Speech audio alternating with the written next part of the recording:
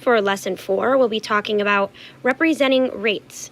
Just like ratios, rates can be displayed on a coordinate plane or a graph.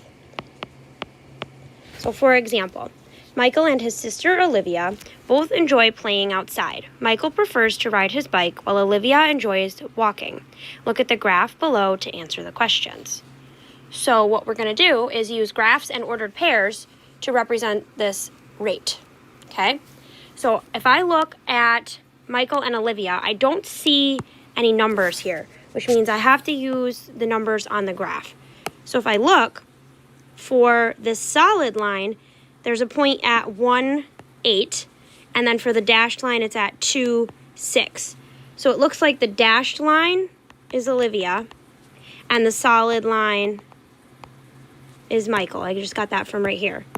So the 1 with the 8, remember we go over and then we go up. That's going to be for Michael. And then over to the 2, up to the 6, that's for Olivia. If we want to fill the rest of this table out, we can just use skip counting. So the 1 becomes 2, then 3, then 4, then 5. Now skip count by 8s, 16, 24, 32, 40. Also notice that between these numbers, every time, 1 times 8, 2 times 8, 3 times 8, 4 times 8, 5 times 8 is the key to get across there. Okay, now Olivia, skip count. So 2, 4, 6, 8, 10. Skip count by 6s, 12, 18, 24, 30. Close it up. And for these, to get from 2 to 6, that's times 3. 4 times 3 is 12. 6 times 3 is 18, etc., etc. Okay. So now their rate is that number that we just found. So for Michael, the rate, meaning the unit rate, we just need the amount for 1. So Michael's amount for 1 is right here. Or essentially, how do you get from the first number to the second number? It's times 8. So we can say 8 miles per hour. Now for Olivia, how do we get from the first number to the second number? In all of these, it's times 3. So Olivia's rate is 3 miles per hour. Another way to do that would be just to take one of these points and write it as a rate. So this would be 2 over 6. Or I guess, well, actually here. It would actually be 6 over 2 because we want to put the time second. Simplify it. 6 divided by 2 is 3, so it would be 3 over 1. So when we do our unit rate, the number we're looking for is the number that's with the 1. So 8 and 3. So to summarize that, the unit rate is the value of y at the point 1 y. So wherever you have x equal to 1, so on this graph, that's just right here, that would give you a unit rate.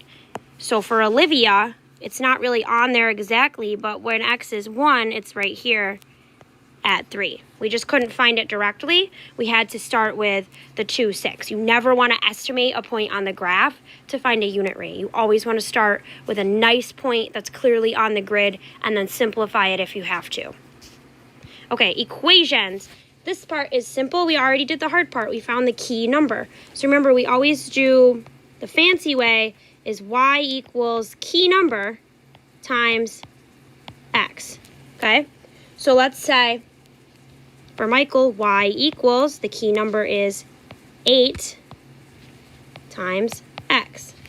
For Olivia, the key number, y equals 3 times x. Means that anytime you take an x value, a number of hours, and you fill it in, times it by 8, times it by 3, you're going to get the y value on the graph. Okay? Another way to do this, if you wanted, you could use the m and the h. So you could say that m equals 3 times h, or m equals 8 times h. or you can use X and Y since we are showing it on a graph. So the unit rate is the value of the coefficient, new word, coefficient in an equation. So in an equation, a coefficient is when you have a number next to a letter.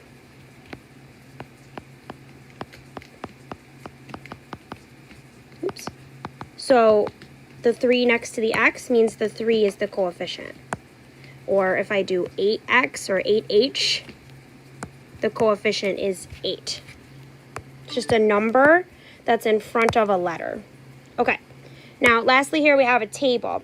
So we've got hours and we've got miles. So I'm just going to go ahead and start with the original point that we filled in on the on the ordered pairs list. So I'm going to do, for Michael, I'm going to do 1 hour is 8 miles. And then for Olivia, I'm going to do 2 hours is 6 miles. That is just straight from those ordered pair tables up here. Just now skip count, same way we did before. 2, 3, 4, 5, 8, 16, 24, 32, 40. Same exact numbers as in our ordered pairs. So 2, 4, 6, 8, 10, 6, 12, 18, 24, 30. Same numbers as in our ordered pairs. The unit rate is the Y value when the X value is 1.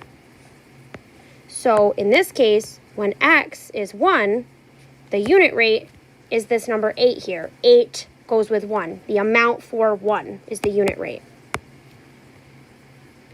All right, so just a couple more examples here. We're not going to do all of these. We're just going to look at the first one in each piece. Okay, so for number 1, 1 day, 4,000 steps. 2 days, 8,000 steps. 3 days, 12,000 steps. So we have to figure out how do we get across this table. So it's going to be times 4,000, right? That number is the key number. It's also the same as when we have the number 1. So remember, the tables are always X, Y. So when X is 1, Y is the value for the unit rate. So the unit rate is 4,000 steps, just using the labels, per day. Okay, one more. If we have days and steps again, this is always X, this is always Y. We're going to start with, let's see, we have this first value, but we don't actually have 1 in this table. So we can't directly find the unit rate. What we can do when we don't have the unit rate is just take any rate and divide. So we're going to do 5,000 divided by 2.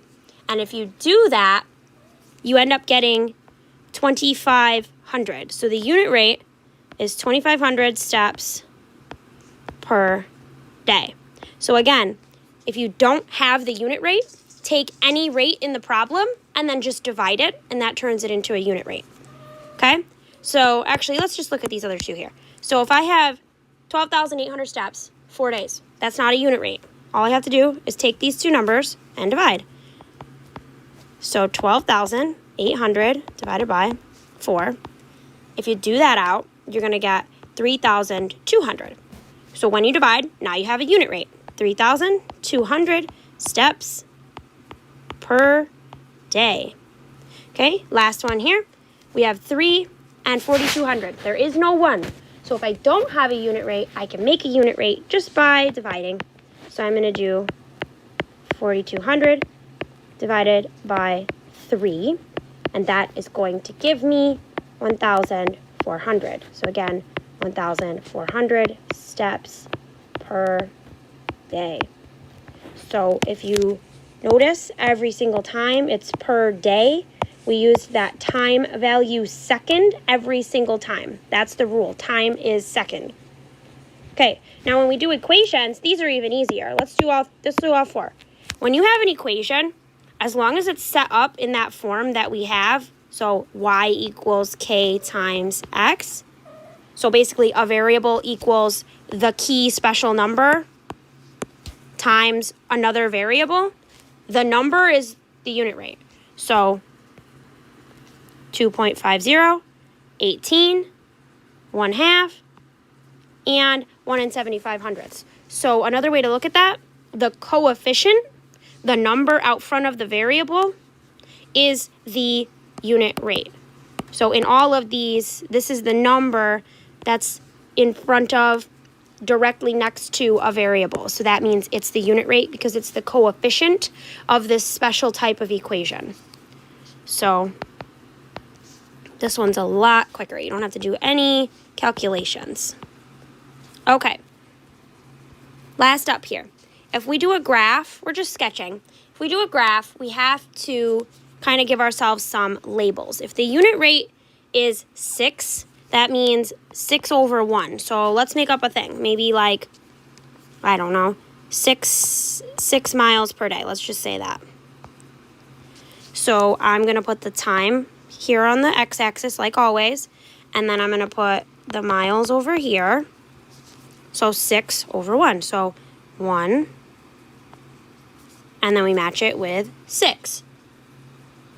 So I'm going to do 2, 4, 6, 8, and just count by 2s. Really does not matter. It's totally up to you what you want to do. So 1, 2, 3, 4, 5, 6, 7, 8, 9, 10. So 1 with 6, 2 would be with the 12, right? And then it would be 3. We're just counting by 6s, would be with the 18. And then nothing else fits, so we're done. So essentially, whatever that key number is, you just skip count by that number. If it's a unit rate, you just skip count by the 6 on the top, whatever the unit rate number is, and then the 1 on the bottom.